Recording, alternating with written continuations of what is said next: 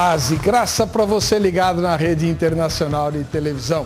Estamos começando mais uma edição do seu programa de reflexão, entrevistas e debates de todas as noites da semana. A questão da criminalidade tem despertado muito a atenção nos últimos tempos aqui no Brasil, especialmente nos grandes centros urbanos. E a quantidade de pessoas menores de 18 anos envolvidas em crimes cada vez mais violentos tem sido muito grande. Por que isso tem acontecido? Muita gente diz que é por causa das leis elaboradas com o intuito de proteger aqueles que eram considerados menores de idade antigamente, mas que acabou tendo um efeito contrário. Em outros lugares do mundo, ou pelo menos em alguns deles, os crimes não são julgados mediante a idade do criminoso, mas mediante a gravidade do crime cometido. Na Inglaterra e em alguns estados americanos, conforme for o crime cometido, não importa a idade do criminoso, ele será julgado por causa da gravidade do que ele cometeu. No Brasil não é bem assim. O Estatuto da Criança e do Adolescente, salvo engano, porque não sou especialista no assunto, protege aqueles que têm menos de 18 anos de idade de penas mais graves. Para ser mais explícito, salvo engano, o ECA, Estatuto da Criança e do Adolescente, nem sequer fala em pena, porque aquele que tem menos de 18 anos não pode ser considerado um criminoso. Ele comete atos infracionais e, de acordo com a gravidade desses atos infracionais, ele pode ser internado numa instituição de recuperação e fica ali até no máximo 3 anos. Para depois ser ressocializado com a sua ficha criminal totalmente apagada. Será que é assim mesmo? Pelo menos eu, como leigo, é a impressão que tenho. Por isso, Vejam Só pautou para hoje uma discussão a respeito disso e dos assuntos correlatos, trazendo com muita alegria 3 especialistas que vão tirar todas as nossas dúvidas a respeito desse assunto e vão nos ajudar, como membros pensantes da sociedade, a repensarmos, se isso for necessário, a nossa sociedade do ponto de vista da proteção contra o crime. Está no ar o Vejam Só. Olá, é com alegria que começamos mais essa edição do programa Vejam Só, produzido pela Rede Internacional de Televisão e transmitido para todo o Brasil e também para as nações que compõem as Américas do Norte, Central e do Sul, além da Europa. A todos os telespectadores, as nossas boas-vindas. É com muita alegria e até com certa honra que quero apresentar a vocês os convidados VIPs de hoje. Pessoas que a produção trouxe e que são profundas conhecedoras do assunto difícil que nós vamos discutir, e que vão nos ajudar a refletir e repensar a questão da criminalidade aqui no Brasil, sobretudo aquela parcela de delitos cometidas por pessoas que ainda não completaram 18 anos de idade. O que fazer a respeito desse assunto? Conosco, depois de bastante tempo, a doutora Maria Isela Junqueira Rebouças, que é psicóloga e vai nos ajudar a pensar a cabeça dos adolescentes, se é que isso é possível. Como vai, doutora? Tudo bem? Tudo bem, boa noite a todos. Muito obrigado pela sua presença. Faz tempo que a senhora não veio, né? Faz tempo sim, acho que uns 6, 7 meses, acho mais ou menos. A senhora é psicóloga clínica? Clínica, psicanalista. E tem consultório aonde? Em Moema. Qual é o endereço? Divino Salvador, 726. Muito bom. 36 anos. Perto da igreja de Moema lá? Pertinho, bem pertinho. A Divino Salvador é a rua do lado da igreja. Isso. Muito bem. Muito obrigado pela sua participação. Obrigada, é um prazer. Ao lado dela, me trazendo grande satisfação por poder revê-lo bem, firme, forte, doutor Ítalo Morelli. Quantos anos, doutor Ítalo? Seja bem-vindo. Prazer imenso estar aqui na RIT, esse importantíssimo veículo de comunicação. Uma honra sobremaneira estar com um apresentador, com um jornalista da envergadura moral e credibilidade, que é o nosso querido Heber. Eu cumprimento o Dr. Tales, que muito honra o Ministério Público. Cumprimento a doutora Estela, que é uma psicóloga realmente que tem ajudado as pessoas e cumprimento todos os telespectadores.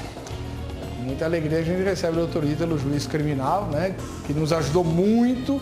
No Vejam Só, alguns anos atrás, ele era convidado frequente e agora volta a ocupar a nossa bancada. Muito agradecido, muito feliz por tê-lo conosco.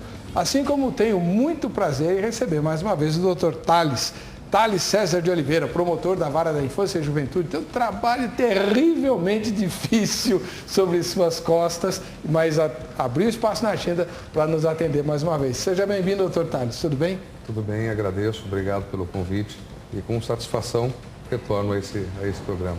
Cumprimentando também o doutor Ítalo, doutora Estela. Obrigado. Muito bom tê-lo conosco. Obrigado. Há quantos anos o senhor já está no Ministério Público? No Ministério Público há 22 anos. Na Vara da Infância e Juventude, militando só especificamente nessa área há 20 anos.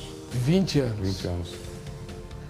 Olha, o que o doutor Thales e o doutor Ítalo veem no dia a dia, a gente não quer ver nem no pior pesadelo. E é a vida deles. Eu tenho muita curiosidade.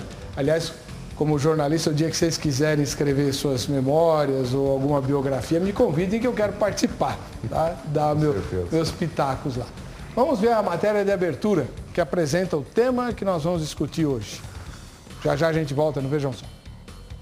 Quando um culpado é condenado, o clamor da população é que seja feita a justiça para que haja uma pena eficaz, já que o criminoso é sempre visto como alguém que deve ser banido do convívio social, alguém que deve pagar pelo crime que cometeu, independente do dano. E se não existisse o poder responsável por esta questão, muita gente faria justiça com as próprias mãos. Daí a desordem estaria instaurada, quando a violência geraria mais violência. Para evitar isso, a Justiça estabeleceu princípios capazes de preverem o que seria uma pena adequada a um criminoso. A exemplo do artigo 68 do Código Penal, o qual dá diretrizes ao juiz para dar a pena justa ao condenado. Com base nele, o juiz deve considerar a existência de circunstâncias atenuantes e circunstâncias agravantes, com observância na lei. Mas desde julho do ano passado, o Brasil passou a enfrentar um desafio polêmico no Código Penal quanto à pena justa, com a criação da mais nova opção de prisão com medida excepcional, independente de qualquer que seja a modalidade do crime, sendo este caracterizado como leve e punível até 4 anos de reclusão. A lei da fiança dá ao criminoso o direito de responder o inquérito em liberdade mediante algumas alternativas. O que o legislador fez? Ele agiu, teoricamente, com correção, ele agiu com método. Ele separou os crimes mais leves, aqui, algumas categorias de pessoas, aqui, e diz o seguinte: estas pessoas, né, que cometerem esses crimes, ou esses crimes, terão dificultada a decretação da prisão. Crimes até 4 anos de pena. Qual foi o erro? O erro do legislador foi não ter aberto o Código Penal. Se ele houvesse aberto o Código Penal, ele veria que 4 anos de reclusão é a pena por roubo no caput, por exemplo.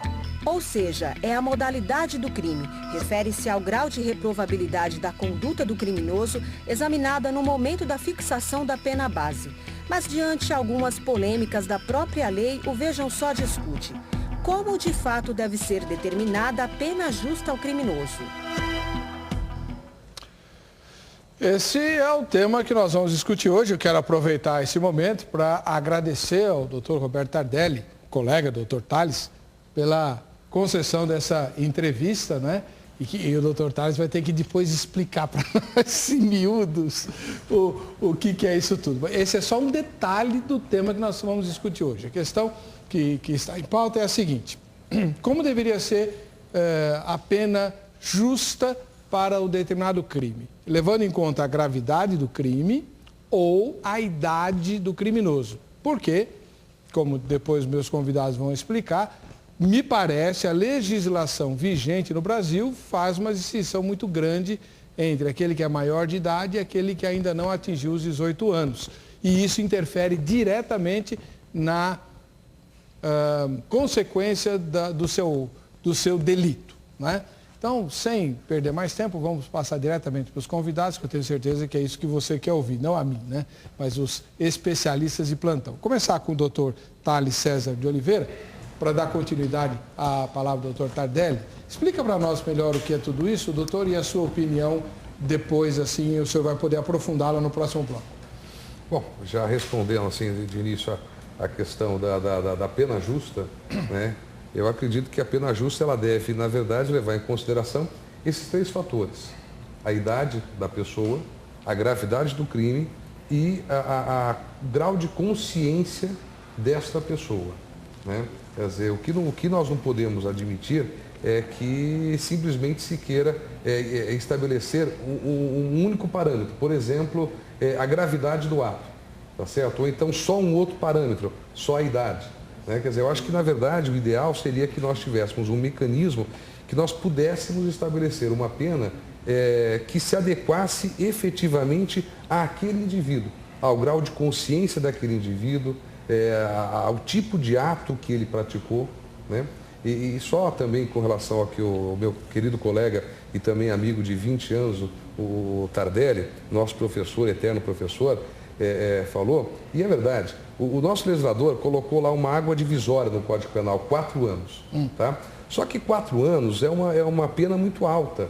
Por quê? Porque se nós pegarmos o Código Penal, sem medo de errar, 70% a 75% dos crimes, as penas estão dentro desses 4 anos. Ou seja, praticamente todas as pessoas que praticam atos até gravíssimos poderão responder ao processo em liberdade indistintamente. Né? Esse patamar deveria ter sido reduzido para 2 anos, como era, inclusive, no Código de Processo Penal anterior. Né? Entendi. Doutor Ítalo, o senhor que aplica a lei no seu dia a dia, quando a pessoa é julgada culpada, né? Como é que o senhor vê essa questão? A pena justa deveria ser levar em conta o ato que a pessoa cometeu ou o fato dela ser menor de idade deve interferir diretamente?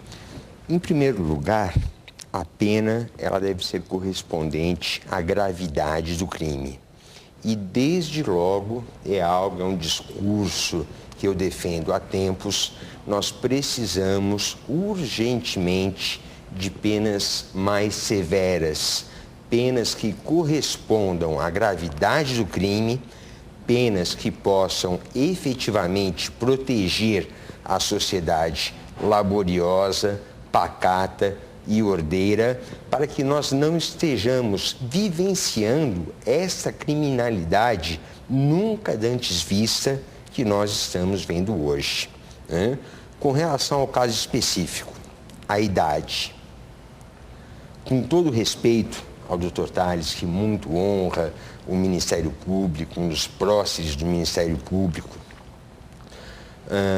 se aos 16 anos de idade, e o direito ele tem que ser visto como um todo harmônico, coerente, o indivíduo, numa democracia, pode exercer o ato mais relevante, que é eleger um deputado, eleger um governador, eleger até um presidente da República, eu acho que a idade não deveria ser levada em conta. Deveria ser levada em conta a gravidade do crime. Defendo, sim, como é feito em outros países mais avançados que o nosso, como é a democracia norte-americana, como nós temos na Inglaterra, onde a idade é diferenciada.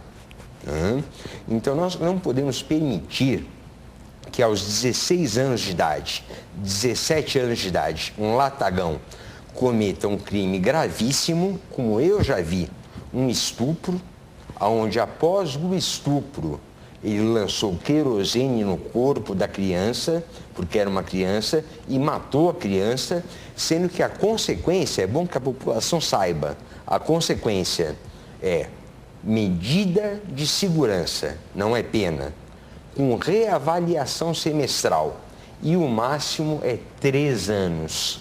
Então nós não podemos conviver com uma situação como essa, sendo que, inclusive, muitas vezes organizações criminosas, mudando um pouco de assunto, utilizam-se de menores, de indivíduos com 16, com 17 anos, exatamente para assumirem a autoria do crime e beneficiarem os verdadeiros criminosos. Então, é urgente, desculpe estar me estendendo, mas é urgente que nós tenhamos uma renovação, uma modificação na nossa legislação para que, pelo menos, a partir dos 16 anos de idade, ou então até os 14 anos de idade, para que seja cumprida a pena, para que haja a imputabilidade penal. Depois o senhor vai trocar em miúdos vai traduzir para nós essa última fala. Muito bem. Doutora Maria Estela Junqueira Rebouças é psicóloga, então ela vai nos ajudar a entender as reações da sociedade diante desse quadro absurdo que a gente vê de explosão da criminalidade e, principalmente, como é que funciona a cabeça do adolescente, se a senhora concorda que ele responda criminalmente pelo ato que fez, independente da idade que tem, ou se não, se o ECA está certo em salvaguardar a condição dele de adolescente, nesse aspecto criminal. O caráter, né, que vai determinar a capacidade de ser ou não mal, né, ser uma pessoa cruel, é determinado no começo da adolescência, na pré-adolescência, começo da adolescência, onde cada indivíduo faz a sua escolha pessoal, se ele quer ser do bem ou se ele quer ser do mal. Isso é uma escolha. Na infância, a pessoa oscila entre o bem e o mal. Se você conversar com uma criança sem colocar crítica na voz, sem induzi-la a um tipo de resposta, e você perguntar para ela, se ela afirmar para ela, você ainda não decidiu, né, se você vai ser do bem ou do mal, ela vai dar um risinho malicioso e vai dizer, não, ainda não decidi. E ela realmente ainda não decidiu. Na adolescência, ela começa a fazer essa escolha, né, no começo da adolescência. Então, eu acredito que quando um adolescente de 16, 17 anos, ele comete um crime, ele está realmente escolhendo fazer esse crime. Né? Pelo caráter. Eu não sei se ele está avaliando a consequência do que pode acontecer com ele. Mas a escolha do mal que ele está escolhendo para o outro, ele está sabendo o que ele está fazendo. Ele pode não estar escolhendo a consequência para ele. Isso eu não sei até que ponto ele tem essa consciência do que pode acontecer com ele. Mas ele sabe o que ele está fazendo com o outro. Agora, eu acho que a escala de 0 ano até 17 anos e 11 meses é um período muito grande. Eu acho que não dá para você avaliar no mesmo pacote uma criança de 3 anos e um garoto de quase 18 anos. E está tudo num pacote só. Natural. Certo. Né? Eu acho que isso deveria ser destrinchado. E teria que ser avaliado também até que ponto esse adolescente tem a consciência, como o doutor Tales falou, do que ele está fazendo. Mas se ele não tem a consciência, ele teria que ser encaminhado para algum tipo de instituição, porque ele tem algum problema sério, né? Algum problema psiquiátrico. O normal é ter. Né? O normal é ter consciência do que está fazendo. Tá bem. E você aí de casa, o que é que pensa a respeito? www.vejamsó.com.br. Esse é o site do programa, por intermédio do qual você entra em contato conosco e participa do debate, né? Há uma enquete que você deve votar e com isso você se habilita a ganhar prêmios. A enquete de hoje é a seguinte: é justo que um adolescente fique, no máximo, 3 anos internado por ter cometido crimes gravíssimos? Nós estamos falando de crimes gravíssimos, esse que o doutor Ítalo descreveu e dessa natureza, né? 3 respostas. Primeiro, é justo que o adolescente fique no máximo 3 anos? Então a resposta é sim, pois um adolescente ainda não sabe bem o que faz. Então ele vai ficar 3 anos numa instituição que não é uma cadeia para tomar consciência de que ele não deve mais fazer o que ele fez. Segunda resposta, não, pois essa pena ridícula só mostra que o crime compensa. E aí eu já vou explicando porque senão o doutor Tales vai brigar comigo, o doutor Ítalo também. Pena não. Quem tem menos de 18 anos não recebe pena. A lei deixa isso muito claro. Pena é só para quem é maior de 18. Mas nós estamos falando para o leigo, os leigos aqui. A gente pode usar essa expressão, mas pelo Código Penal não é pena, tá bom? Como é que o senhor falou? Medida o quê? Medida de segurança. Medida de segurança. Tá? Só me perdoe. Medida socioeducativa. Medida socioeducativa. Socioeducativa, tá? Mas para você entender, é uma pena, tá? Então, para o leigo, quem cometeu crime é crime. Não tem diferença entre crime e ato infracional e não tem diferença entre pena e medida socioeducativa. Você entendeu a intenção, né? Beleza. Terceira resposta, não sei. Né? Não sei, eu não concordo com nenhuma das opções anteriores, nem sim nem não, muito pelo contrário. Então você vota no não sei. Porque votando você se habilita a ganhar prêmios. No próximo bloco eu vou mostrar um dos prêmios que você pode ganhar e no terceiro bloco o outro prêmio. Só participar do programa que você já está nos ajudando como integrante da sociedade e pode ser recompensado por isso, né? Por exemplo, a doutora Maria Flor de Holanda, que mora na capital da Bahia e deve ser colega de vocês, no mínimo ela deve ser advogada, diz assim: deveriam ser julgados de acordo com a gravidade do delito. Entendo que o aumento da criminalidade entre adolescentes e o desgaste do sistema prisional brasileiro são um dos vários desafios desse tempo e ainda precisam ser solucionados pelos governos.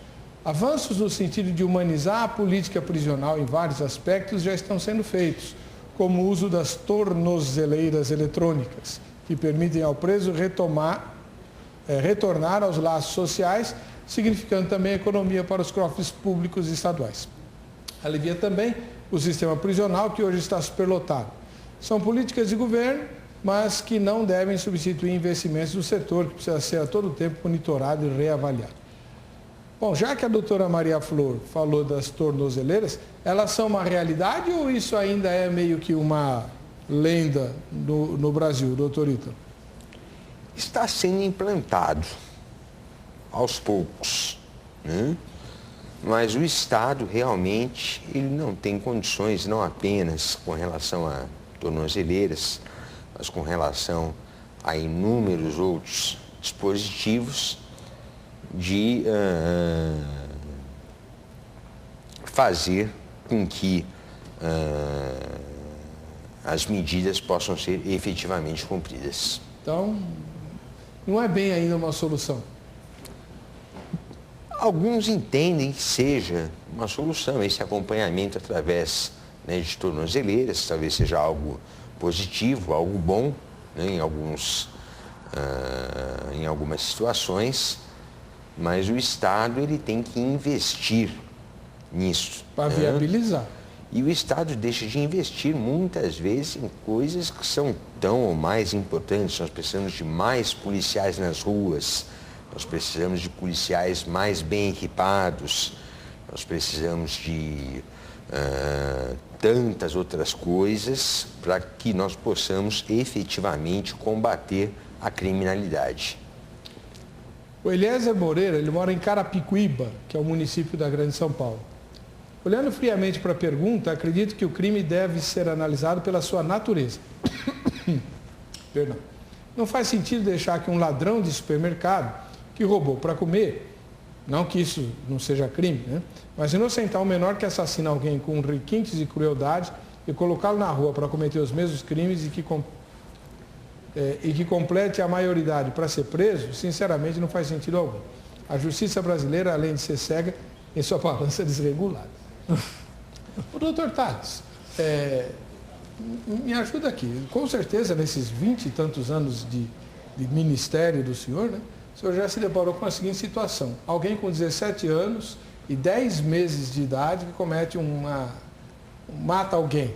Ele é tratado, pelo menos para o leigo aqui, né, do mesmo jeito que se ele tivesse 12 anos, não é? Exatamente. E está certo isso? Com certeza não.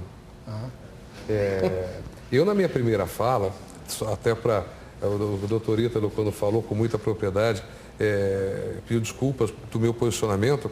Eu, na verdade, eu não coloquei o meu posicionamento se eu sou favorável ou não à redução da idade penal. Fazer no segundo bloco, tem razão.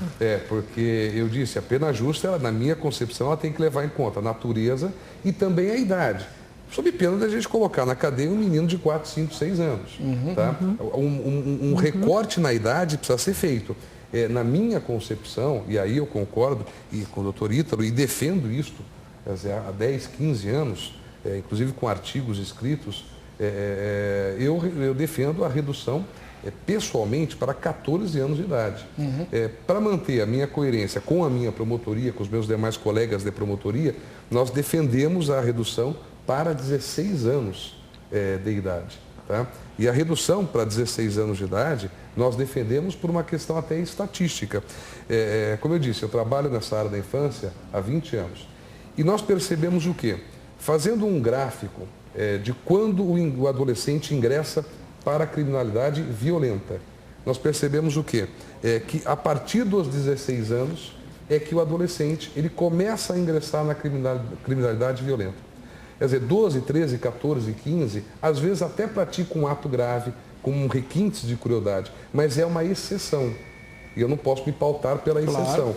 A regra é, a partir dos 16, ele começa a praticar latrocínios, homicídios, estupros, roubos com requintes de crueldade. Né? Então, nós defendemos o quê? Que hoje deveríamos ter uma pena que alcançasse o adolescente a partir dos 16 anos de idade. E até, se me permite, eu vou até além do que o doutor Ítalo falou, acertadamente, com 16 é dado o direito de votar. Na verdade, o legislador ele confia mais no adolescente do que nos adultos. Porque para o adulto, o que o legislador diz? Que o senhor tem a obrigação de votar. É verdade. O adolescente de 16 a 18, não. Quer dizer, você tem o direito de votar. Quer dizer, você vota se você quiser. Se você não quiser, você não vota. Tá? Quer dizer, e um outro detalhe.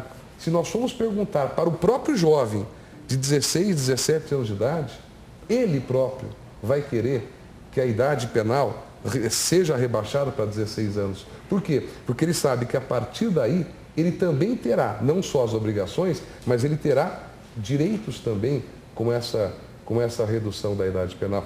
Agora, se me permite aquilo que o telespectador, se bem me recordo, o Eliezer, comentou lá de Carapicuíba, o ladrão de supermercado que furta para se alimentar. Primeiro, isso existe na própria doutrina penal, a existência do furto famélico. Tá? Quer dizer, o cidadão não vai para a cadeia porque furtou para comer. Mas eu conheço vários casos. É que às vezes a população e a imprensa não sabe, mas o cidadão ele é pego no dia 1º subtraindo 2 quilos de filé mignon no supermercado. No dia 2, ele é preso subtraindo 15 pacotes de bolacha do mesmo supermercado. No dia 3, quer dizer, primeiro, haja fome, tá certo? Quer dizer, em segundo lugar, quer dizer, eu não posso também permitir que o estabelecimento comercial, quer dizer, esteja lá de portas abertas para o cidadão entrar lá e toda hora ficar subtraindo. É verdade. Né? Não, com certeza isso acontece. Eu vou suspender um pouquinho só esse debate, a gente já volta para ele. Este é o programa Vejam Só, todos os dias de segunda a sexta-feira, sempre nesse horário, agora até a meia-noite, no conforto do seu lar. Estamos discutindo temas que interessam a sociedade como um todo, contando com o carinho da sua audiência, pelo qual nós muito agradecemos. Você participando do programa Vejam Só, e a participação é feita pelo site, né? www.vejamsó.com.br. Esse é o site do programa. Ali você encontra tudo o que você precisa. Inclusive a enquete, né, para você votar e se qualificar a ganhar prêmios. A enquete de hoje é justo que um adolescente fique no máximo 3 anos internado por ter cometido crimes gravíssimos? Então, sim, pois um adolescente ainda não sabe bem o que faz. Não, pois essa é uma pena ridícula, que só mostra que o crime compensa. E a terceira resposta, não sei. Participando do programa, votando na enquete, você pode ganhar no sorteio que eu vou fazer hoje mesmo, aqui ao final desse programa, a camiseta da Academia Teológica da Graça de Deus, a Agrade. Essa camiseta que você está vendo aí no seu televisor, muito estilosa, como dizem os jovens de hoje, né? Mas você vai ficar muito mais bonito ou muito mais bonita, não apenas usando a camiseta da Agrade, que você vai ganhar aqui do programa, mas conhecendo e estudando na Agrade. A Agrade é uma escola, Academia Teológica da Graça de Deus, que é quem patrocina o programa Vejam Só, e que tem mais de 600 unidades espalhadas pelo Brasil, esperando a sua matrícula. Tem curso de tudo que você puder imaginar ligado à obra de Deus, é claro, né? É uma escola de Bíblia e Teologia, então tem curso de Teologia, tem curso de pós-graduação em Teologia com 3 acepções diferentes, tem curso de oratória, de análise bíblica, de evangelismo, curso para obreiros, curso de capelania, com várias aplicações, inclusive aplicações muito recentes, como capelania em condomínios, clubes, etc. Tem curso de música, curso de Libras, Linguagem Brasileira de Sinais, tem escatologia, que eu vou começar agora em agosto. Olha, tem curso que não falta na Academia Teológica da Graça de Deus, a Agrade. Para você ter mais informação, liga durante o horário comercial para 0 Operadora 11 3115 0819. 3115 0819 no horário comercial, inclusive aos sábados, tá? Ou a qualquer tempo entra no site www.agrade.com.br. Agora, para ganhar a camiseta, tem que entrar no site do Vejam Só, vejamsó.com.br, bem? Vamos lá. Professora doutora Maria Estela Junqueira Rebouças, nossa psicóloga de plantão, explica melhor para nós essa história de que a criança ainda não decidiu bem se vai ser do bem ou do mal. Todas as crianças? Todas as crianças. Meus filhos foram assim? Seus filhos e você também. Não, eu também. Senhora, não, a senhora está enganada. Eu sempre fui do bem. Eu nasci dizendo para a parteira lá que eu era do bem. Não, você não nasceu falando. Mas pensando. Nem pensar você pensava. É sério mesmo? É sério. Assim, claro que tem pessoas que têm uma tendência maior para o bem e tem pessoas que têm uma tendência maior para o mal. A índole, né? Uma índole mais propensa a. Mas o caráter não está formado, você não nasce com caráter formado, você nasce com uma propensão a um bom caráter ou uma propensão ao mau caráter e dependendo da sua... Essa propensão é genética, hereditária e você vai ter um meio, né, o meio familiar, o meio social, que vai interferir positivamente ou negativamente nessa índole. E depois, finalmente, quando você entra na adolescência, você vai fazer a sua escolha final de que lado que você quer ficar. Agora, pessoas más podem, vez por outra, ter um ato de bondade. E pessoas boas, vez por outra, podem fazer pode ter alguma atitude má. Não cruel demais, não um assassinato, não alguma coisa extremamente perversa. Mas elas podem dar uma escorregadinha. Um assassinato não? Olha, não. Neste programa aqui, que faz 10 anos que eu apresento, eu já ouvi vários... É verdade que foram só advogados que falaram, nunca perguntei isso para um promotor, mas todos os advogados que vêm aqui falam assim, qualquer um pode se tornar um assassino, qualquer um pode matar. Você já ouviu isso, né, doutor Tales? Já, e eu concordo. Não, eu também concordo. Não, qualquer um pode matar, mas existem situações. Não, senhora, como qualquer um pode matar? A senhora se vê assassina? Não me vejo assassina. Assim, então. Um assassinato onde você premedita, onde você assassina porque você vai ter vantagens, isso é um ato de maldade. E isso não é qualquer pessoa que faria. Então explica quem é que faria. Esse homicídio premeditado, com certeza, só o homicida, só o bandido. A pessoa com uma falha grave na formação do seu caráter. Agora, o homicídio, ele é o chamado, e o doutor Ítalo, que é juiz criminal, me corrija, por favor, o doutor Ítalo, que é o professor nesse assunto, mas é o chamado crime de ímpeto, quer dizer, é o crime de momento. Muitas vezes o cidadão é honesto, decente, quer dizer, trabalhador, bom pai de família, naquele dia, por alguma razão, que a doutora bem sabe, absolutamente descompensado emocionalmente, psiquiatricamente, quer dizer, tem uma briga, uma discussão no trânsito, que aquilo, ele coloca para fora os seus instintos mais primais, primitivos. E acaba matando. E isso qualquer um de nós está sujeito. Isso qualquer um de nós está sujeito. Quer dizer, existem alguns, eu fui promotor do júri por 6 anos, e eu peguei alguns júris de pessoas que eram pessoas normais e que no momento de desatino, quer dizer, pegam e matam a pessoa e na hora, quando vê a pessoa, a vítima morta ali no chão, já entra em parafuso. Quer dizer, já uma culpa horrível. Não que isto vá isentar a pessoa de da pena. Responsabilidade. Vai ser punida 6 anos, 12 anos, 20 anos de reclusão, conforme o crime. Mas é algo que qualquer um de nós pode praticar. Crime que nós não praticaremos jamais, a não ser que fôssemos bandidos. O estupro, o furto, o roubo. Agora, esses crimes de contra a pessoa, mesmo, como lesão corporal, como homicídio, são crimes que qualquer um de nós podemos praticar. Por isso que eu sempre oriento meu filho, sempre oriento os adolescentes que eu atendo, que nós temos que ficar atentos às nossas reações, não 23 horas por dia, mas 24 horas por dia. Porque 1 minuto que a gente abre mão da nossa guarda, dos nossos valores, daquilo que os nossos pais nos ensinaram, é naquele momento que muitas vezes eu posso fazer uma bobagem. O que o senhor pensa disso, doutor?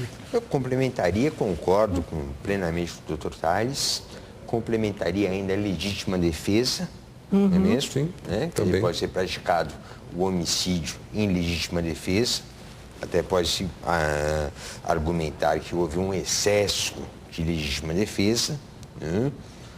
Mas, mesmo que seja um ato impensado, deve haver uma consequência, e uma consequência rigorosíssima, porque a vítima é um chefe de família, um pai de família, um filho querido, e nós devemos ter uma resposta penal, devemos ter realmente uma consequência rigorosa. E se você conversar com a pessoa que tem um transtorno de caráter e a pessoa que não tem, a culpa aparece no que tem caráter. Ele vai falar do que ele fez contra o outro, o mal que ele sente, o desespero que ele sente pelo que ele fez com o próximo.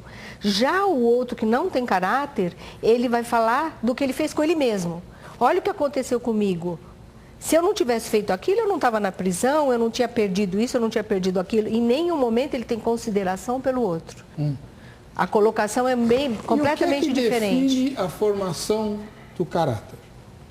O que define o caráter é a possibilidade de cada um ter vergonha e culpa. Se você tira de um ser humano vergonha e culpa, ele será capaz de fazer qualquer atrocidade. E hoje em dia tem uma Mas tendência... a pessoa nasce com tendência a ter vergonha e culpa ou isso é impossível? Não, dependendo da índole, ele nasce com a tendência da vergonha e culpa. Então, por isso que a criação, você tem que levar em conta quem é aquela criança. Se é uma criança que tem um caráter, uma tendência de caráter muito rígida, você não pode chegar muito firme nela porque ela vai ficar uma pessoa extremamente tolhida.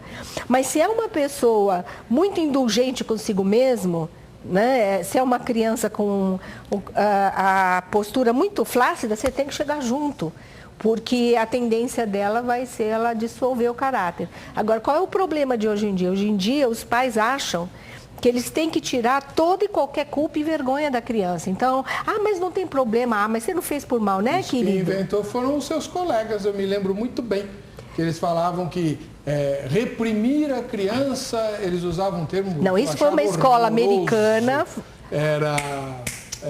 Não era emascular, é um sinônimo, castrar. Você está castrando a criatividade da criança. Não, isso foi uma escola americana que falou, na minha opinião, muita bobagem. muita bobagem, porque alguns aspectos do ser humano você tem que castrar.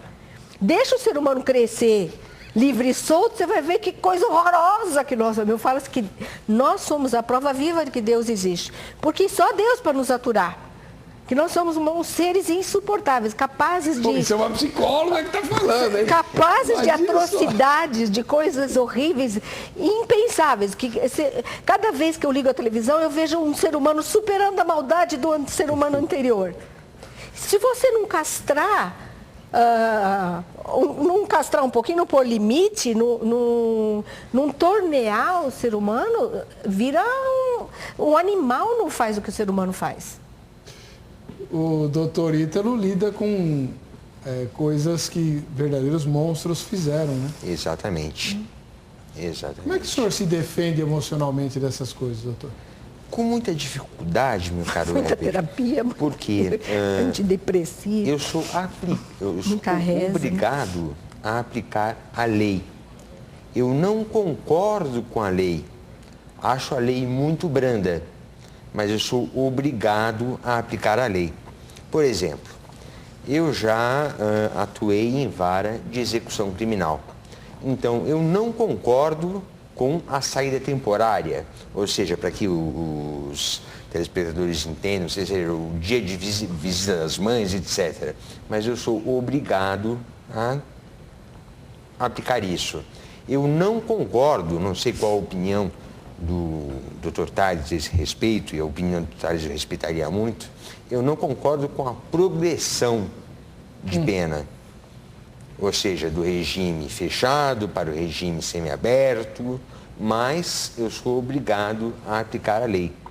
Eu não concordo que a pena para um crime tão grave como roubo seja em torno de 5 anos e 4 meses. Porque se for 5 anos e 4 meses, com a progressão que eu sou contra, em 8 meses ele já está na rua. Quer dizer, na verdade, um roubo, um assalto à mão armada, algo que é um crime tão grave que causa consequência em vítimas, até como aconteceu com o meu irmão, síndrome do pânico. Quer dizer, em apenas 8 meses ele está na rua. Então, tudo isso é incentivo ao crime. Então, é muito difícil. Eu não concordo com a lei. Eu defendo penas mais rigorosas porque eu defendo a sociedade pacata, ordeira e laboriosa. Mas, infelizmente, eu sou obrigado a aplicar a lei e aí vem a lei que o Congresso faz, que são os deputados e os senadores. Muitas vezes criticam o judiciário, criticam o juiz, criticam, né, doutor Tales, o promotor. Mas coitado do promotor, o promotor tem que aplicar aquilo que o deputado e o senador decidiu. E que, em última instância, foi a população que decidiu. Então, aqui fica um alerta, a população, vamos pensar bem em quem vamos colocar no Congresso Nacional, porque são eles que vão fazer as leis que vão nos proteger ou não nos proteger. Não podemos deixar que corrupção, que é um crime que eu defendo, que eu acho que deveria ser um crime hediondo, tenha pena mínima de 2 anos. E com apenas 2 anos, prescreve em 4 anos. Então, esses crimes que nós estamos vendo, né, com tanta repercussão na mídia, gravíssimos, muitos deles não vão ter consequência nenhuma em razão da prescrição, que eu defendo o fim da prescrição. Nos Estados Unidos não tem prescrição, na Inglaterra não tem prescrição, na França, o Jacques Chirac, o processo dele demorou 16 anos. Veja, a justiça não é lenta só aqui no Brasil, é lá também. Mas ele foi condenado, teve suspensão condicional da pena, ou seja, está cumprindo prestação de serviços à comunidade e, se não cumprir, vai ser preso.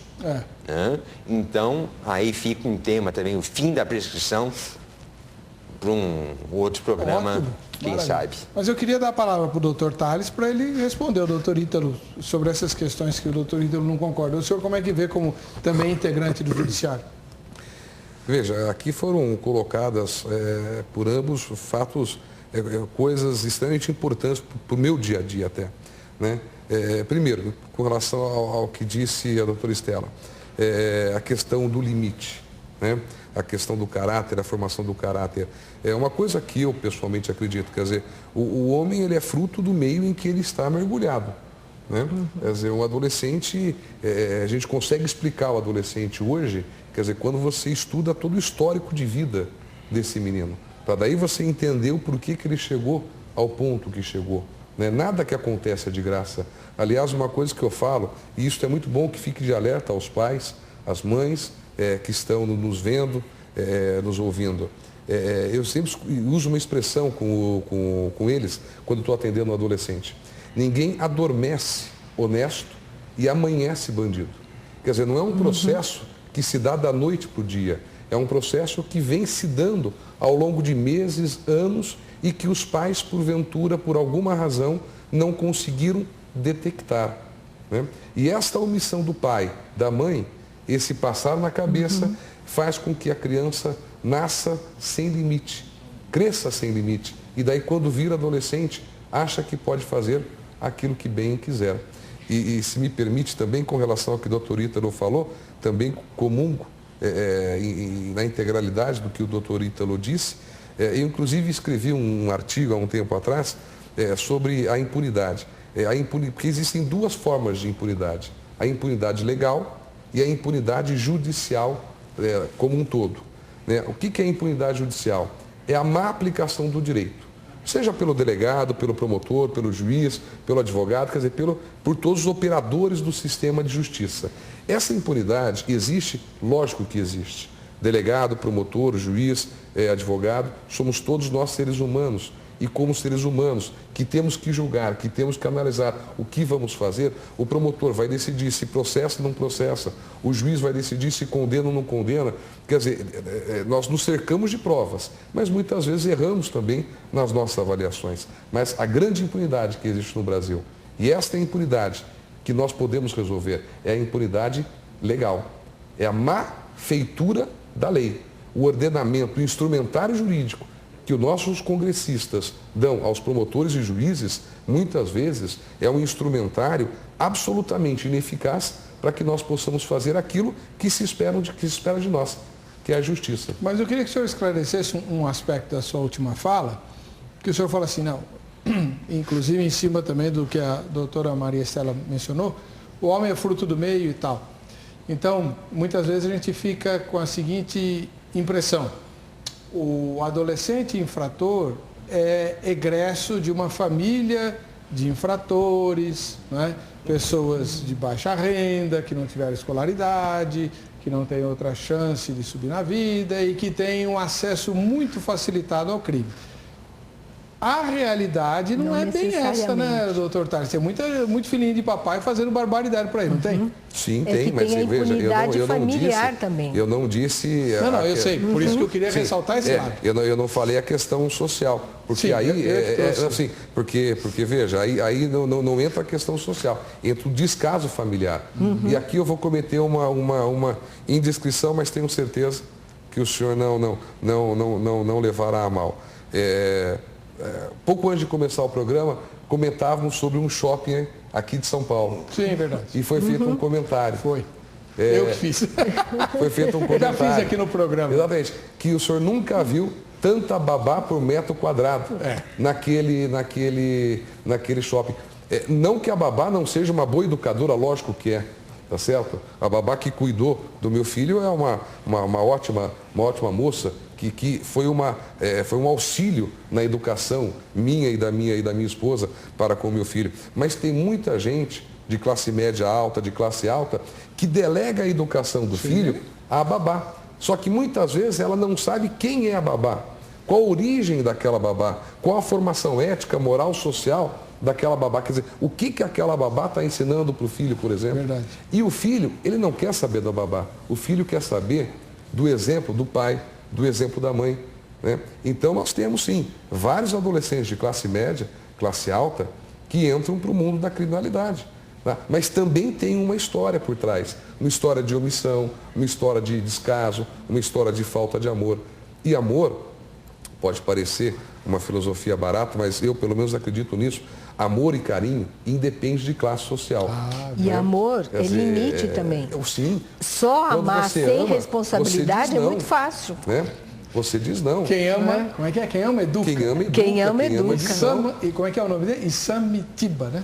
E tem outra coisa também. Não é só a criança que é delegada para babá. Muitas vezes a babá salva até a criança, porque às vezes os pais vivem então numa outra estratosfera, que se não é a babá para dar amor para a criança vive isolada, não aprende nem a fazer vínculo. Mas o cultivo do materialismo, do você precisa ter mais, e da impunidade moral dentro da família. Da criança que começa com as suas pequenas delinquências e isso não é corrigido, não é punido, não tem consequência e a criança cresce acreditando que o que ela faz nunca terá consequência. Que como ela engana os pais, ela vai enganar todo mundo. Um caso que eu vejo assim muito típico é a Suzane von Richthofen, que o crime que ela fez foi absolutamente infantil. O jeito que ela achou para disfarçar foi ridículo, mas qual era o histórico dentro da família? Ela mentia o tempo todo, mentiras absolutamente idiotas, e a família fingia que acreditava.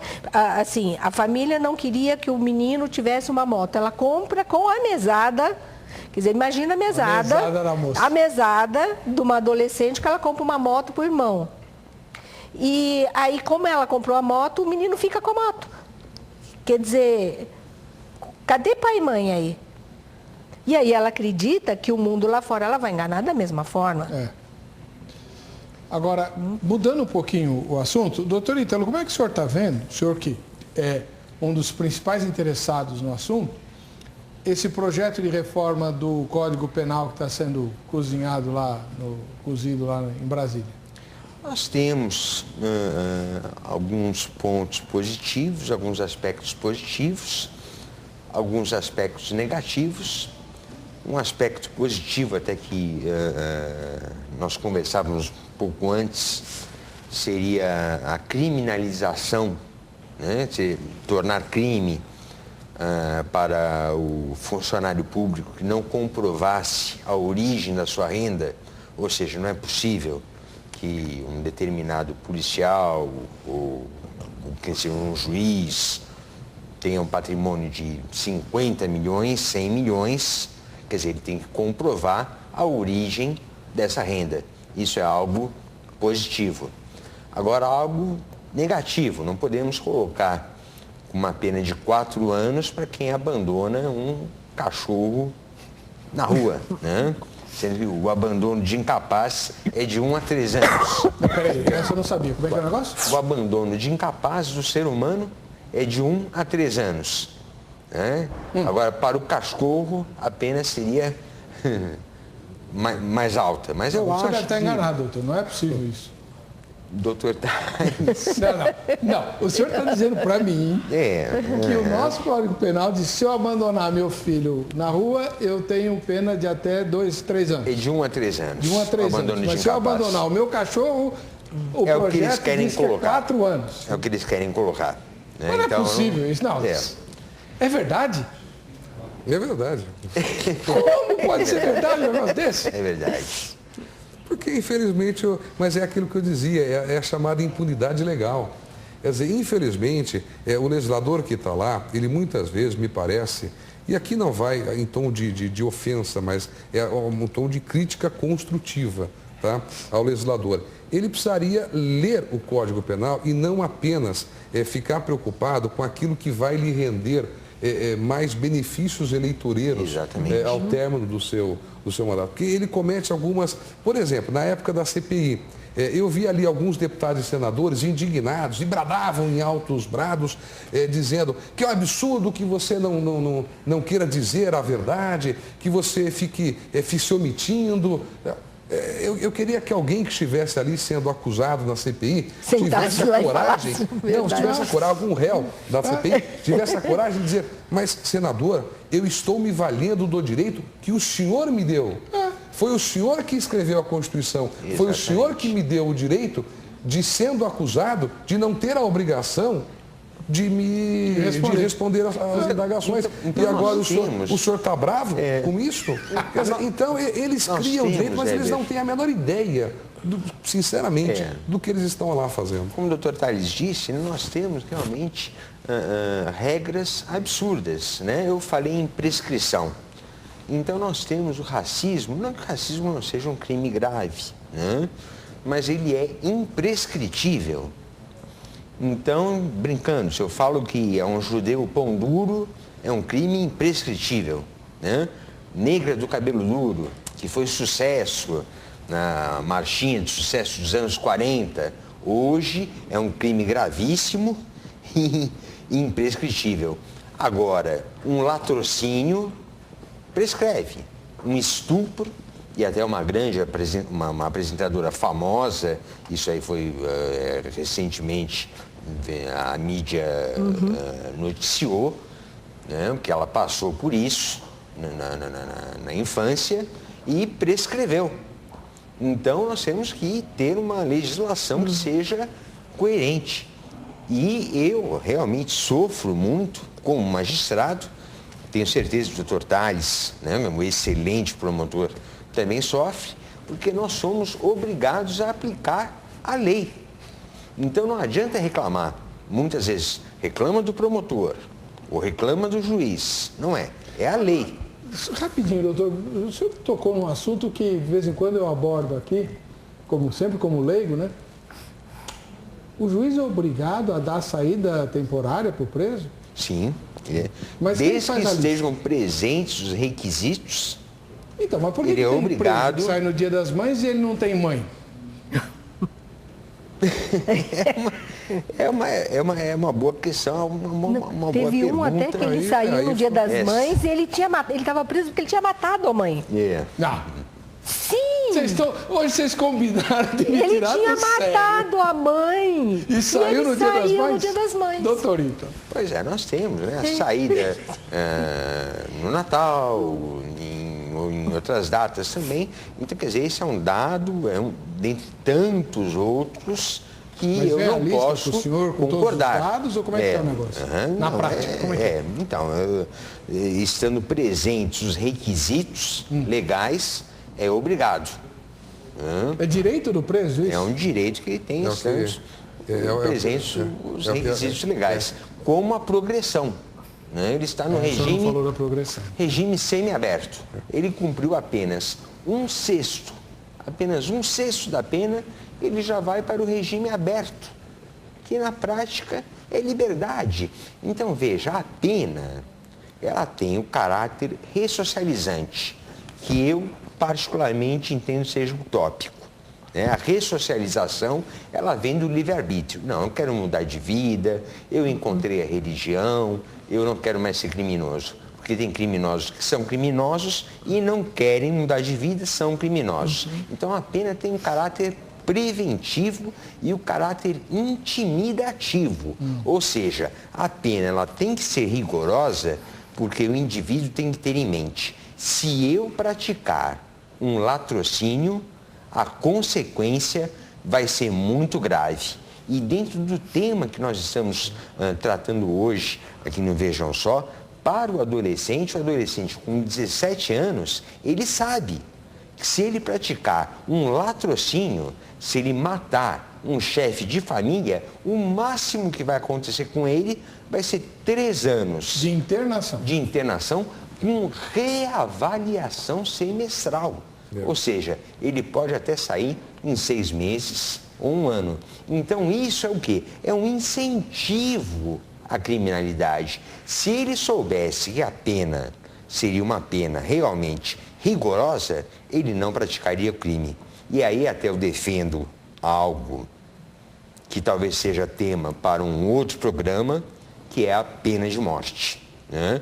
Eu acho que para determinados crimes, a pena de morte realmente intimida.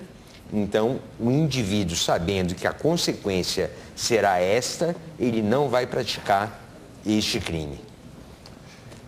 Para quem alega que a pena de morte não intimida, que a gente vai pautar, de vez em quando a gente faz esse debate, né?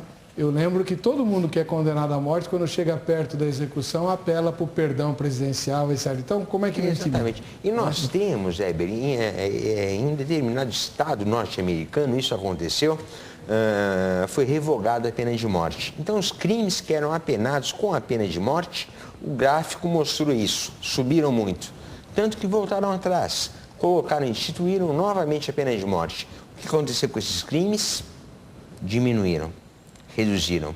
Então, a pena de morte intimida sim. E o indivíduo, o criminoso, o mais perigoso, ele não tem medo da cadeia. Porque ele sabe que até na cadeia ele vai comandar, ele vai ter inúmeras regalias e vai comandar organizações criminosas. Agora, ele tem medo da morte. Então, para determinados crimes, não para todos, é claro, mas para um latrocínio, para um estupro seguido de morte, defendo a pena de morte para os crimes que tenham resultado morte. Sim. Para quem tira a vida de um chefe de família, ele tem que ter em mente isto. Se eu pegar um revólver, encostar na cabeça de um motorista que esteja no sinal e depois de retirar o celular, retirar a carteira, apenas por maldade, matar, a consequência vai ser a minha morte. E é um indivíduo que tem que ser banido definitivamente do convívio social. Claro. É isso que eu penso. Voltaremos já com esse debate no Vejam Só. A nossa repórter foi para a Avenida São João, centro de São Paulo, perguntar sobre o tema de hoje. Vejam só. A pena justa deve ser determinada pela natureza do crime ou pela idade do criminoso? Pela natureza do crime. Por quê? Porque acho que não importa muito o grau de consciência depois de uma certa idade, não importa muito a idade, né? A consciência do crime que o cara comete. Com absoluta certeza pelo grau do crime. E eu explico porque nós estamos vendo nesse momento pessoas com 12, 13, 14, 15 anos cometendo atrocidades maiores do que homens de 40, 50, 60 anos e por aí afora. Eu acho que pelos dois. E por quê?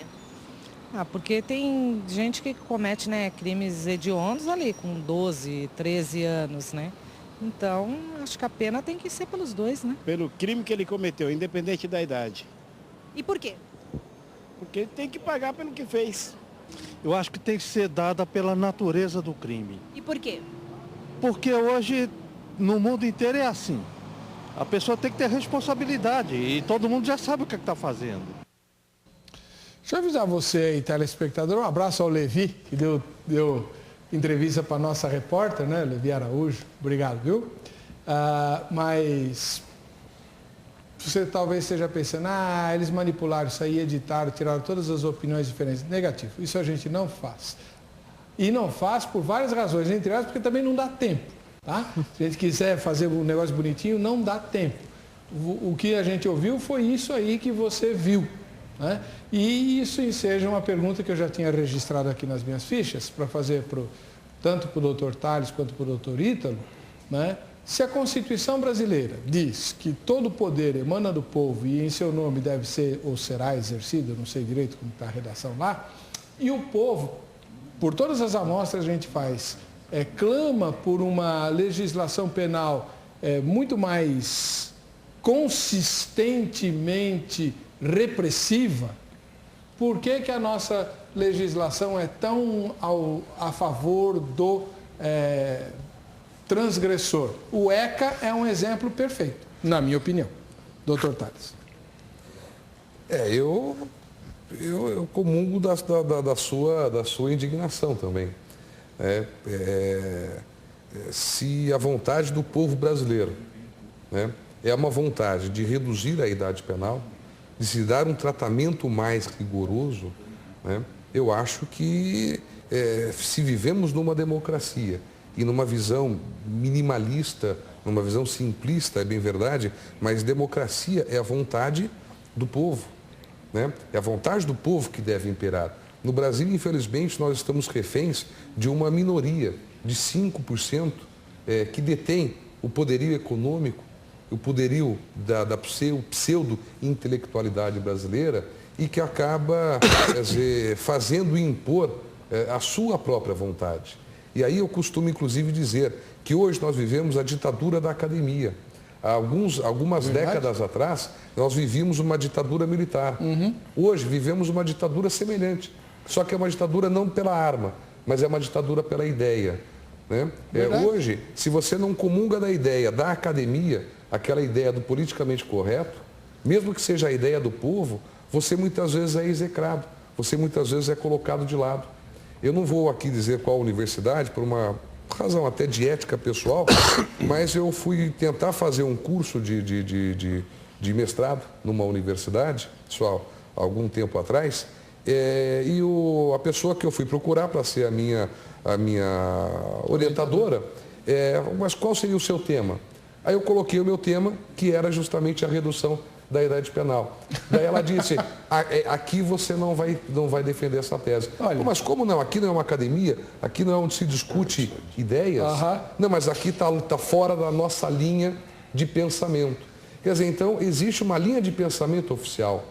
Né? Quer dizer, isso não é democracia. E a prova de que não houve manipulação, se nós pegarmos qualquer pesquisa de opinião, nós vamos verificar que mais de 90% da população brasileira quer sim a redução da idade penal.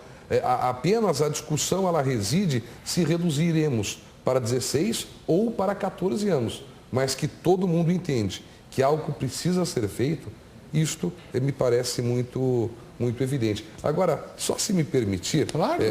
Por gentileza, com relação ao que ficou também sem resposta por culpa minha, com relação ao que o doutor Ítalo colocou com muita propriedade, com relação à questão da progressão de pena e uma série de coisas.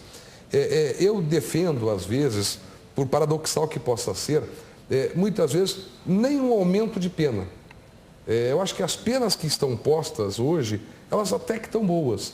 O grande problema é a quantidade de benefício que se dá ao bandido. Né? Então você pega lá um cidadão que pratica um crime de homicídio simples, 6 anos de reclusão. Quer dizer, com 1/6 da pena, ele progride de regime. Quer dizer, com 6 anos ele pode começar a cumprir a pena no regime semiaberto, colônia penal agrícola. Então ele fica 1 ano na colônia penal agrícola, depois de 1 ano ele é progredido para o regime aberto.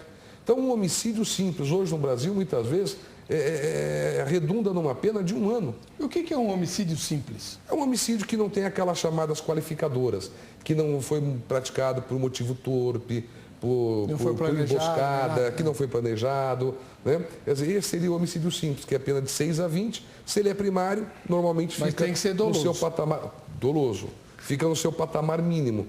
Tá?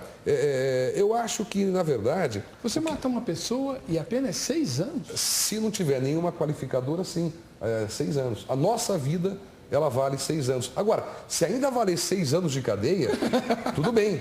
Só que a minha vida, a sua vida, a nossa vida, 1 ano, muitas vezes numa colônia penal agrícola. E os outros 5 anos ele é progredido por um regime aberto. Prisão, albergue domiciliar. Quer dizer, ele tem a condenação dele de permanecer em casa os próximos 5 anos da vida dele. Enquanto eu estou morto, ele fica lá. Sem qualquer vigilância. Então, por isso que às vezes eu defendo, às vezes, nem tanto o aumento de pena, mas acabarmos com essas benécias que nós temos no decorrer do cumprimento de pena. Numa lesão corporal, não adianta nada colocarmos no Código Penal que a pena vai de 3 meses a 1 ano. A gente sabe que ele não vai ficar 1 dia preso. Eu concordaria, por exemplo, com uma diminuição de pena até na lesão corporal. Colocar lesão corporal, pena, 15 dias. Só que seriam 15 dias preso. Agrediu fisicamente alguém, nada de cesta básica, nada disso. 15 dias preso. Ele vai pensar, o cidadão, muito bem, na próxima vez que ele vê, por exemplo, um torcedor adversário, ele vai pensar muito bem antes de agredir. Porque uma coisa é eu dar uma cesta básica, outra coisa é eu ficar 15 dias privado da minha liberdade. Então, eu acho que, às vezes, tem penas que poderiam até ser diminuídas, desde que nós tivéssemos a efetividade do cumprimento delas. É verdade. O adolescente, doutora, tem... como que eu vou perguntar isso? Ele tem ideia, noção, ou ele tem medo de castigo, ou é aquela ideia de que o adolescente se sente um super-herói imortal, predomina? Geralmente domina a ideia de que ele é imortal, ele será nada de ruim acontece com ele, ele vai sair muito bem. E quando acontece alguma coisa é porque o outro é vacilão. Se não fosse, quem não é vacilão não vai acontecer nada. Quem que é o outro? Não entendi. O vacilão é quando o adolescente se dá mal. Ele é um vacilão porque ele é um bobo, ele é um trouxa e por isso ele se deu mal. Mas todo o resto da colônia vai se dar bem. Mas isso é uma consequência da criação dele, onde ele tem se dado bem em casa e ele tem se dado bem na escola. Né? Então, assim, ele é pego fumando. É proibido de fumar, ele é pego fumando. Não, eu só estava segurando cigarro para o meu amigo. Né? Aí vem o pai e fala, coitado, meu filho é perseguido. Ele é perseguido mesmo, só estava segurando o cigarro para o meu amigo. Olha, como meu filho é bom. Né? Então, quando ele se dá bem, né, os pequenos crimes são todos bem-sucedidos e a mentira dá certo, ele vai progredir nisso, levando esse mesmo comportamento para a sociedade. E eu acho que o pior traço que vai acabar com o caráter é o hábito da mentira. Porque a mentira é o desencadeador de todos os outros defeitos. Quando a pessoa mente sem culpa, mente sem constrangimento, ele é capaz de qualquer outra coisa. É a porta para a perda do caráter. Se ele mente em casa e é bem-sucedido, ele mentirá fora de casa e ele vai achar que ele vai ser bem-sucedido. Junta isso com a ideia de super-homem do adolescente, você tem uma bomba armada que explodirá a qualquer momento. Então, doutor Ítalo, diante disso que a gente ouviu da professora Maristela, que é psicóloga, né, entende o assunto, lida com isso todos os dias, o ECA partiu de um pressuposto totalmente errado. Deveria ser totalmente reescrito. O que o senhor acha? Eu entendo que nós temos urgência, e realmente uma grande urgência, para que haja uma modificação na legislação, na nossa legislação, para que haja vontade política para que, defendendo e o comum em gênero, número e grau com totais, nós temos que ter uma redução da idade penal, que seja 16 ou que seja 14 anos. Mas nós temos que ter uma modificação, e isso para proteção da sociedade, por dois fatores. Primeiro, aos 16 anos, 17 anos, ele sabe o crime mais grave que ele praticar, a pena, a consequência, que não é pena, é medida socioeducativa, vai ser muito pequena. E a segunda é que ele serve para organizações criminosas, ou seja, o adolescente, ele acaba indevidamente assumindo a autoria de um determinado crime em proteção do verdadeiro criminoso. Mas para isso falta vontade política, e seria bom que a população, que faz passeatas por orgulho gay, não querendo dizer se é certo ou se é errado, mas que fizessem passeatas também por assuntos que tenham uma imensa relevância, como é a nossa legislação penal e a nossa legislação que diz respeito à criminalidade envolvendo crianças e adolescentes. Bom, quando nós convidamos o doutor Ítalo Morelli, a gente já sabia o que ele pensava, porque ele nunca escondeu. Pelo contrário, né? Todas as vezes, a primeira vez que ele veio ao programa, ele sempre se... E também em outras entrevistas que eu vi o senhor dar por aí, né? Na televisão, em grandes jornais e tudo, ele sempre defendeu uma postura bastante rígida em relação à ordem, né? A lei e a ordem. Agora, o senhor pode ficar feliz, porque todas as pesquisas apontam que a maioria da população, a grande maioria da população brasileira, da sociedade, espera um enrijecimento da legislação. Então, afinados com o senhor. Né? E eu gostei muito do que o doutor Tales mencionou, da ditadura da academia, né? Que parece que a elite acadêmica vive na Suíça, não no Brasil, né? Que eles pensam coisas... Olha só, o absurdo que a gente vive hoje na prática e que tem a ver com o pensamento acadêmico. O doutor Ítalo mencionou algumas músicas populares que hoje, se cantadas, ensejariam até processo, né? Ah, isso é inadmissível, né? Mas por quê? Emanou do próprio povo, não há problema nenhum, não há denodo em mencionar características físicas da pessoa. Ensejaria não, Heber. Enseja. Eu vejo todos os dias. Não é teoria, é verdade? É verdade, todos os dias eu vejo. Então, por quê? Que todos isso? Né?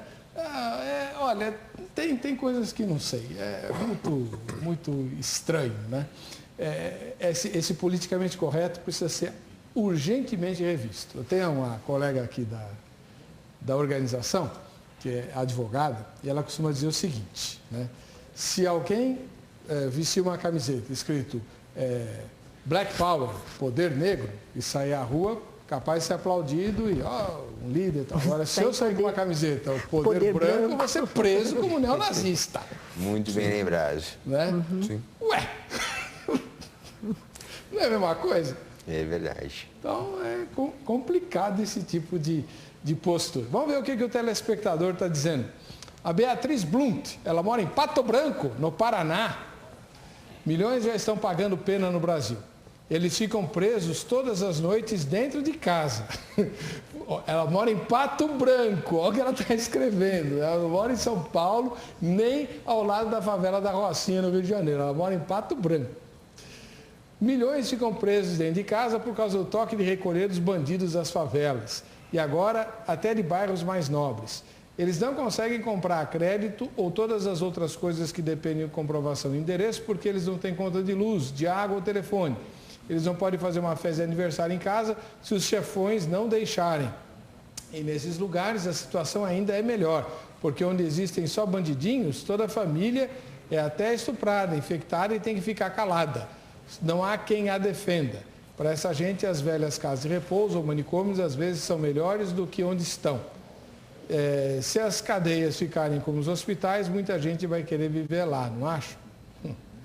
Não tem lugar nem no hospital mais, minha filha. Sandro Silva, da capital de São Paulo. Enquanto somos adolescentes, estamos sujeitos a erros que adultos também cometem. Quando Adão pecou, a sua ofensa foi medida à base do ofendido, que foi Deus. Isto é, um erro irreparável pelo homem comum. Mesmo assim, nos foi oferecida uma chance, apesar das consequências históricas e atuais sofridas pelos descendentes do tal. Agora temos a graça por Cristo. Baseado no que o Sandro falou, doutor Tales, uma pergunta. Eu sei que pode ser pequena a taxa ou rara, mas acontece sucesso nas medidas socioeducativas. Adolescentes que não voltam a delinquir nem depois que ficam maiores. Não acontece? Sim, o índice de reincidência é um índice relativamente baixo. É um índice que gira em torno de 30%. Tá? Ou seja, 70% dos adolescentes que ingressam no sistema, eles não mais retornam ao sistema. Isso é importante ressaltar, porque a impressão que nós leigos temos é que uma vez que o cara ingressou no crime, já era, está perdido. Não necessariamente. Quer dizer, é difícil a recuperação, tá? Mas, quer dizer, nós temos, aqui no estado de São Paulo, nós temos índices muito interessantes de recuperação desses jovens, tá? Justamente por quê? Porque é feito um trabalho muito interessante daquilo que eu disse há pouco, de você estudar a história desse adolescente, saber entender o porquê que ele chegou àquele estágio, tá? E aí tentar suprir aquilo que ele não teve, dar a ele aquilo que ele não teve, suprir as carências desse adolescente ao longo da sua existência, tá certo? E quando se detecta isso e quando é factível dar isto, quer dizer, os nossos índices de recuperação são muito interessantes. Agora, lógico, uma coisa é certa, se o adolescente, ele fez a sua opção, o mundo do crime, aí não adianta, nós temos todo um aparato do Estado, nós temos toda uma equipe multidisciplinar de extrema capacidade para lidar com esse adolescente, que ele não tem recuperação. É como o usuário de droga. Quer dizer, a primeira coisa para que tenhamos sucesso na busca do cidadão viciado num crack, por exemplo, é que ele intimamente e fortemente queira largar o vício, queira largar o crack. Se ele não quer largar, não adianta eu colocá-lo na melhor clínica de recuperação, que ele não vai se recuperar. É a mesma coisa o cidadão que já ingressou para a criminalidade violenta por livre e espontânea vontade. Tá? Quer dizer, se ele não quiser se recuperar, não adianta também darmos a melhor instituição para ele, que ele não vai se recuperar. Não é porque o Estado falhou, é porque ele fez a clara opção. Em outras palavras, doutor Aires, é o livre-arbítrio. Livre-arbítrio, sim. A escolha entre o bem e o mal. Se ele escolheu, não há mais como fazer, não há mais volta. É uma questão complicada. Se me permite, eu sei que é meio chocante, mas por exemplo, um caso que nós pegamos aqui, me perdoe, a sua audiência é muito grande, talvez até familiares dessa vítima estejam assistindo o programa, mas me perdoe pelo exemplo. Mas pegamos um caso de alguns adolescentes que entraram num sítio de um delegado aposentado na região de Cotia, por ali. Entraram, pegaram o delegado aposentado, mais 3 filhos dele. Talvez eu erre por 1, 2 anos a idade dos meninos. 9, 11 e 13 anos. Poxa, colocaram os 4 no carro do delegado aposentado, levaram para outra extremidade de São Paulo, lá para a região de Franco da Rocha, se bem me recordo, colocaram os 4 algemados num círculo, tá? E mataram primeiro o pai, depois mataram o menino de 13 anos, depois o menino de 11 anos e depois o menino de 9 anos. Por que se soube dessa dinâmica? É porque estava lá o pai, embaixo de todos, depois o menino de 13, o de 11 e o de 9. Imagina o desespero de todos, mas em especial do menino de 9 anos, claro, algemado e vendo seu pai sendo morto, vendo o menino de 13 sendo morto. Esses adolescentes que praticaram esse crime, desculpa, isso não tem recuperação. Não. Quer dizer, eles optaram por esta vida.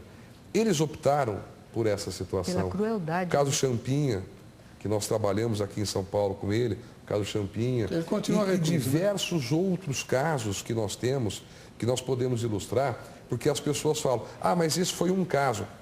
Toda semana, quando a gente abre o jornal, toda segunda-feira, quando eu vou trabalhar na promotoria da infância, é sempre um crime grave e sempre um adolescente envolvido nessa criminalidade violenta. Para esse adolescente, eu, sinceramente, eu até acredito na recuperação, mas é uma recuperação que está fora dos muros de uma cadeia ou fora dos muros de uma Fundação Casa. Aí é uma recuperação que, de repente, demanda dele próprio ou uma recuperação, enfim, espiritual, religiosa. Se não for pelo poder de Deus... Mas que tem que ser punido, tem. Isso com certeza. Muito bom.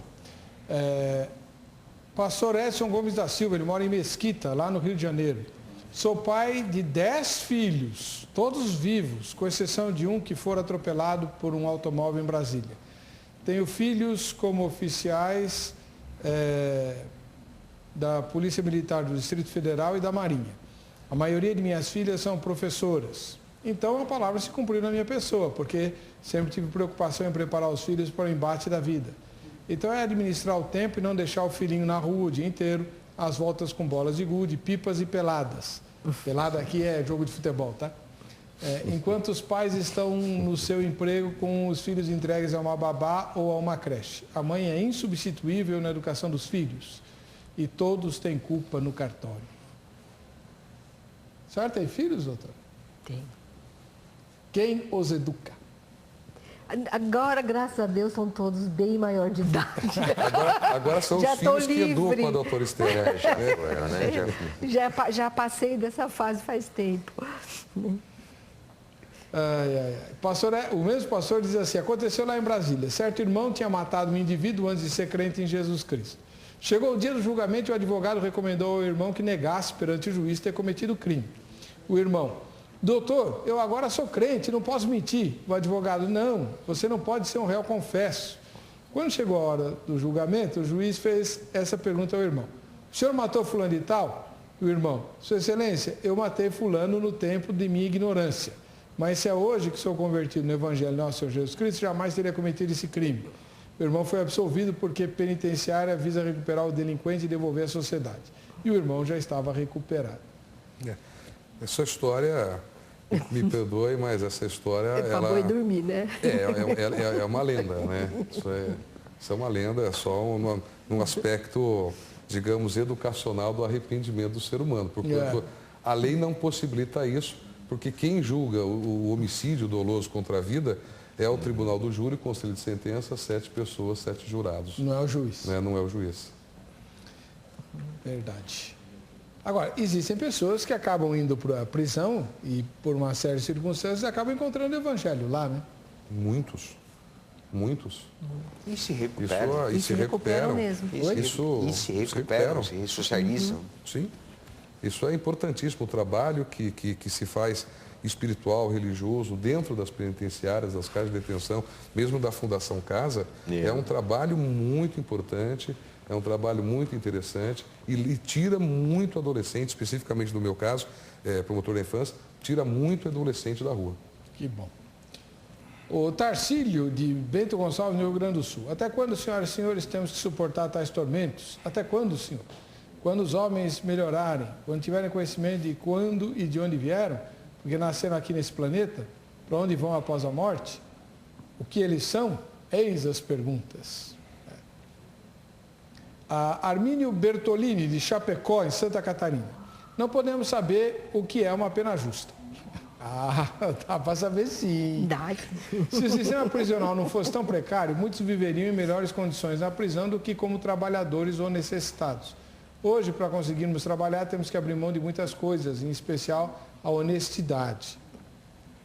Muitos, creio eu, abririam mão da liberdade para conseguir se alimentar e ter onde morar. Esse é outro mito, né? Tem gente que diz, vou cometer um crime para poder ter abrigo e comida na cadeia. Ninguém pensa assim. Isso é uma lenda, não é? Não pode, Acho que tem muita gente que fala isso, mas é um absurdo. Nós temos que viver de uma forma honesta. Eu recentemente me deparei com um senhor puxando uma carroça e eu perguntei, eu distribuí cobertores, perguntei se ele precisava de um cobertor. Ele disse, não, obrigado, eu tenho um cobertor. Então veja a honestidade dele. Então pessoas extremamente pobres e que têm muitas vezes valores morais muito melhor, mais elevados do que os nossos, né? Então nós não podemos concordar com uma afirmação como essa. A ideia de que o cara na cadeia tem vida boa também não é verdade. Isso não é desse jeito. Existem muitas lendas envolvendo toda a criminalidade como um todo, né? Nós precisaríamos, Heber, com relação aos estabelecimentos prisionais, que realmente eles tivessem condições para manter um mínimo de dignidade, né? Nós sabemos que muitas vezes, em razão da superlotação, um preso dorme sentado e o outro aguarda em pé. Isso é perigoso para a própria sociedade, porque a sociedade está produzindo um monstro. Exatamente. Mas, por um outro lado, nós temos que ter no estabelecimento prisional o quê? Ordem, trabalho, em primeiro lugar, o trabalho, né? A disciplina lá dentro, e não como funciona hoje, onde os mais perigosos, às vezes com aparelhos celulares e outros estratagemas, fazem aí o comando de organizações criminosas. Verdade. Inclusive dirigindo crime de dentro da cadeia, né? Isso, o que é muito comum. E é uma das faces mais vergonhosas da falência do Estado, né? É verdade. O cara está preso e dirigindo crime. Por que não há um incentivo estatal, né? O governo deveria dirigir mais verbas para que nós tivéssemos mais presídios, mais estabelecimentos prisionais, pensar até como é feito nos Estados Unidos, em parcerias privadas. Fazer os preços trabalhar, produzir. Agora, o que nós precisamos é de mais vagas, porque há mais criminosos. O que nós não temos é mais tempo. Acabou o tempo do programa Vejam Só. Queria agradecer muito ao doutor Ítalo Morelli, juiz criminal, ao doutor Thales César de Oliveira, promotor da Vara da Infância e Juventude, e também a doutora Maria Estela Junqueira Rebouças, psicóloga, que os três brilhantemente nos ajudaram a ver essa questão tanto da redução penal, quanto do próprio Estatuto da Criança e do Adolescente, que aniversaria, quanto da questão da criminalidade como um todo, por um prisma muito mais sólido e agora com informações muito mais palpáveis. Tenho certeza que todos nós vamos refletir e que o resultado dessa reflexão se cumpra nas eleições e na escolha dos nossos representantes que escrevem as nossas leis. Muito obrigado. O contato de cada um dos nossos convidados está no site vejamsó.com.br, assim como o resultado das enquetes todas também lá no site vejamsó.com.br. Vamos ver quem é que vai ganhar a camiseta da grade. Vamos lá. Igor mora na cidade de Tinga, né? Vamos ter que mandar um e-mail para ele para saber direitinho o endereço e mandar a camiseta. Para você que fica com a gente, que fica com a Rite, a paz e a graça do Senhor Jesus, nós nos encontraremos no próximo Vejam Só.